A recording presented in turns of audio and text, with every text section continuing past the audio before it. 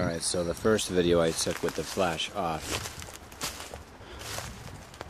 and that was a problem because I haven't connected power yet.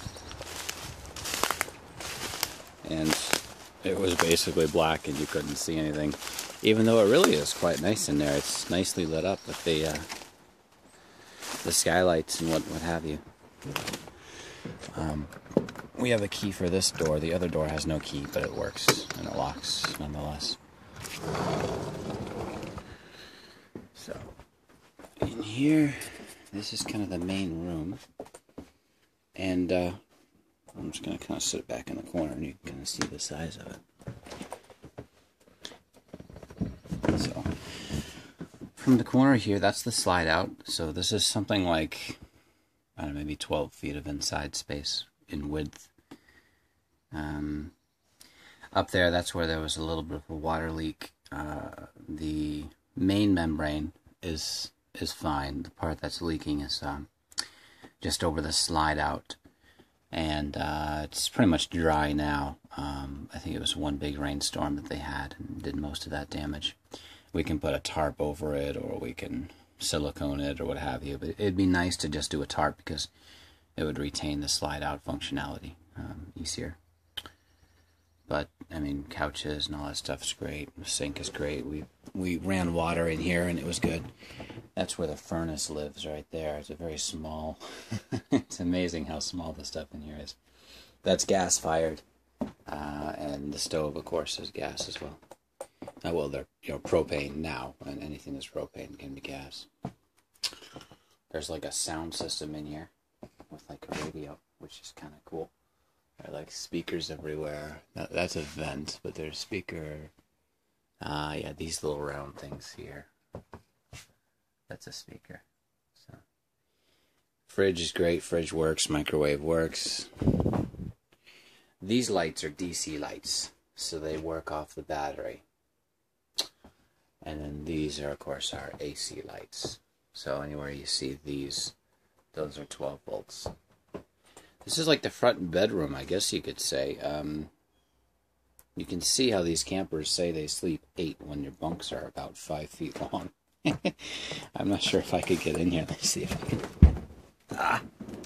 Well, no, I guess, alright, well, I can fit in here, so hey, it must be at least 4 feet. Anyway.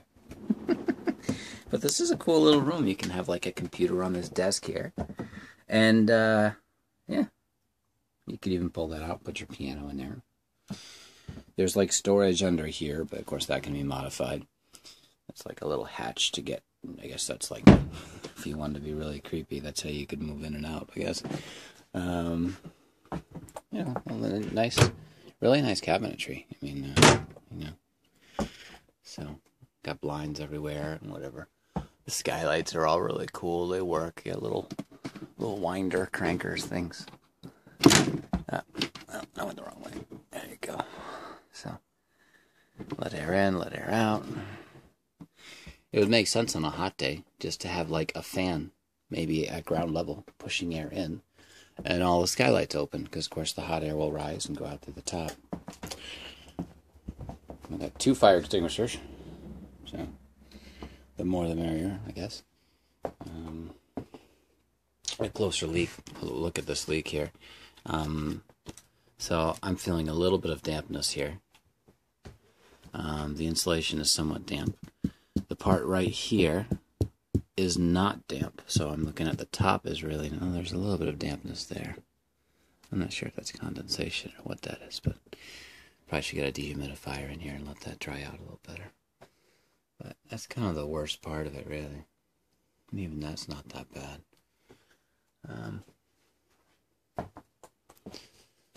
I didn't test the AC, but it has AC there. Moving towards the back, there's like a walk-through bathroom with this big closet with like a 30-inch door, which is kind of crazy. It's really big. Lots of space for, I don't know, trench coats and stuff. And in this little hatch is like a water heater that can't be more than like, 2 gallons capacity. There's that right there, sink in the The shower is kind of cool. Like, it's like a 45-degree angle deal. And you stand up, because I think the gray water holding tank's right down there. But, yeah, I mean, it's pretty cool. And this stuff all works. We tested it all. It's got a cool little skylight there. And seems to work really well. It needs door handle, whatever. It has a commode system. Some people swap these out and just put the porcelain toilet in, which, you know, is very doable, of course. Especially if you're on, you're not really camping, you're going to be on water, so it's not going to be a problem to use 2 gallons every flush. Of course, you've got the, I guess that's a baby seat there. I don't really know what that is. And more 12-volt lights everywhere. And that's the bathroom. Moving towards the rear, this is the master bedroom. This is another slide out, so if I'm like in the corner, you can see there's a reasonable amount of space. That looks like it's either a full or a queen. I'm not sure which. And more skylights and stuff too here. This is the door that works and locks, but we just don't have a key for it. All these windows are kind of cool. They're all single pane, though. So I'm thinking probably in the wintertime we'll probably get some of that plastic film on all of them just for that little extra bit.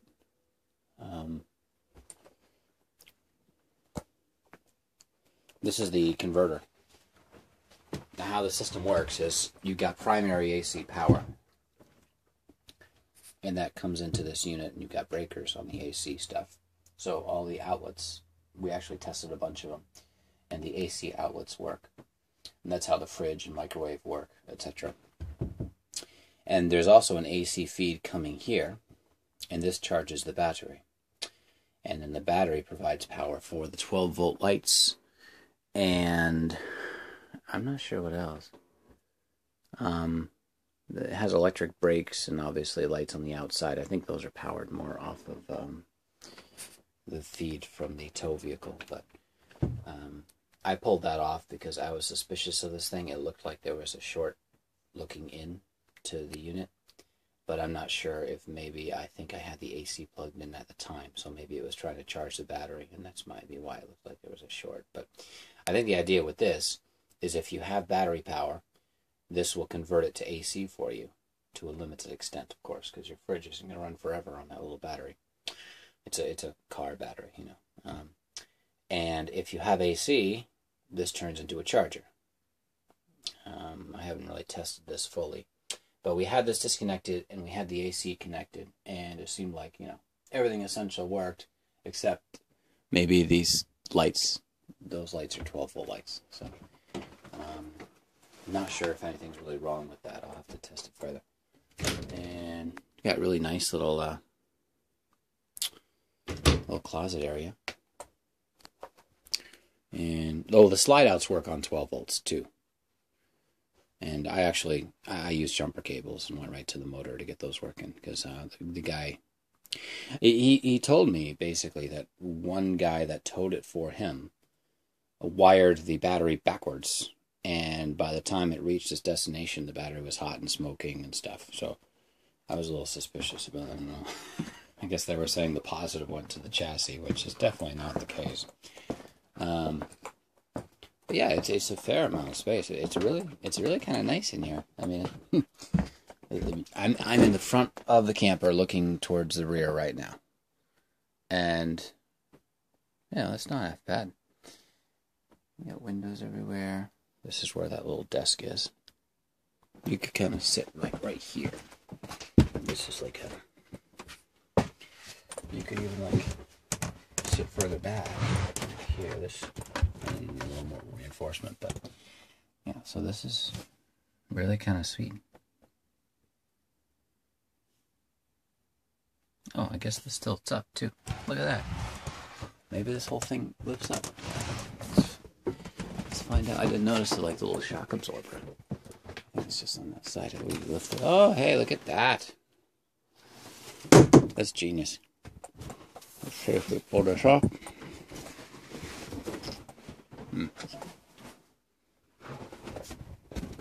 Alright, so I'm going to put the camera down. show you the negatives.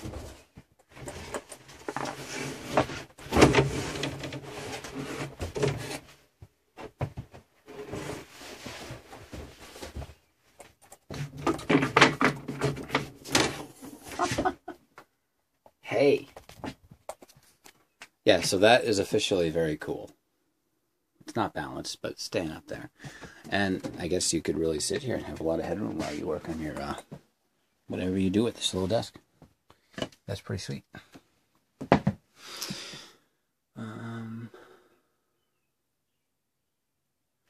Alright, so we're already getting pretty long, so. Came with this TV, which is kind of garbage. We'll probably have to insulate the storage doors a little bit because those cavities do eventually lead, touch inside space. But really a solid unit, especially for the money. Holy cow, it was very solid for the money. It's nice, and it's new. It was 2004. Most of the stuff really looks like it's in good shape. It's not rotting away.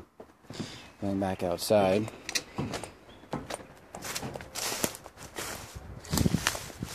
And it's massive.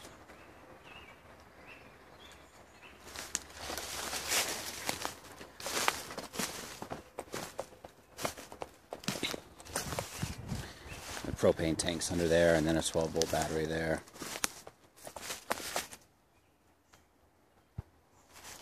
And we actually pulled it in here with a tow vehicle, and then the tow vehicle went out that way. And then I got the backhoe in here to pull it even more forwards because I wanted it as far forward as I could get it. And that was pretty crazy, but it worked well.